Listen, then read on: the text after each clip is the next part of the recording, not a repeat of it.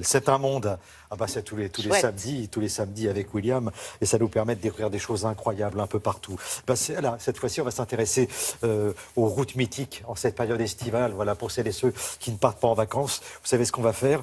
On va aller faire un petit tour en Californie, et on va suivre notre guide, c'est Jacques Cardoz. Regardez, ça c'est super. Depuis la fin des années 30, la route numéro 1 traverse la Californie du nord au sud. De Mendocino, en passant par San Francisco, Santa Cruz, Santa Barbara, jusqu'au sud de Los Angeles. 1000 km d'asphalte, le long de l'océan Pacifique. Dans les années 60, la Highway 1 est devenue incontournable pour les surfeurs californiens. Elle a permis un accès très facile à l'océan et aux plus beaux spots de surf. Marc Massara est l'un d'entre eux. Vous n'en avez jamais marre de cette route? Jamais. Vous savez, il y a un truc que j'aime bien dire. La côte californienne est si vaste que chaque jour de ta vie, tu peux aller sur une plage différente. Et moi, j'aime chacune de ces plages. Revers de la médaille, l'urbanisation a accompagné la construction de la route.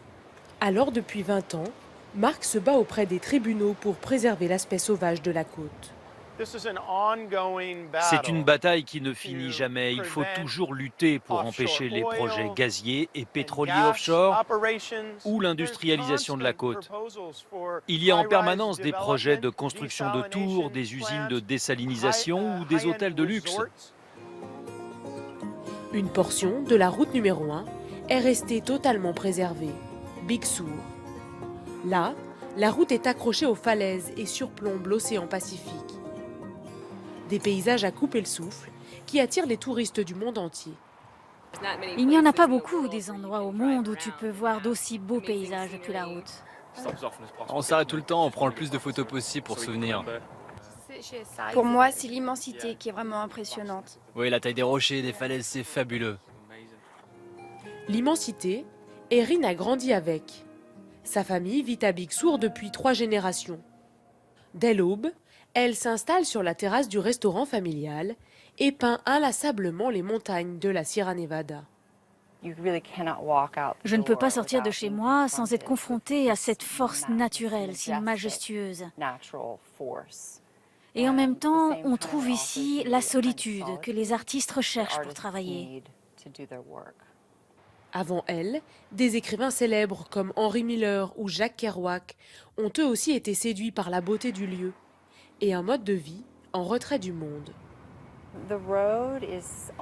C'est la seule route que nous ayons, notre seul accès, notre ligne de vie en quelque sorte, pour tout ce dont on a besoin pour vivre ici.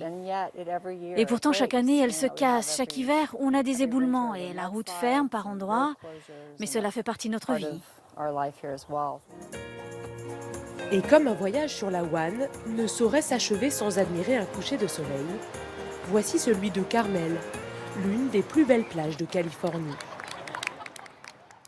Voilà, si vous ne connaissez pas, paraît-il, l'avis de quelques spécialistes sur le plateau, la route numéro 1 qui traverse la Californie du nord au sud, c'est sublime. Bon, demain, qu'est-ce qu'on fait? Demain, on va en Italie. Voilà, on va prendre la Autostrada et puis après, on va découvrir une route exceptionnelle du côté de Rome. Vous verrez, ça n'a rien à voir.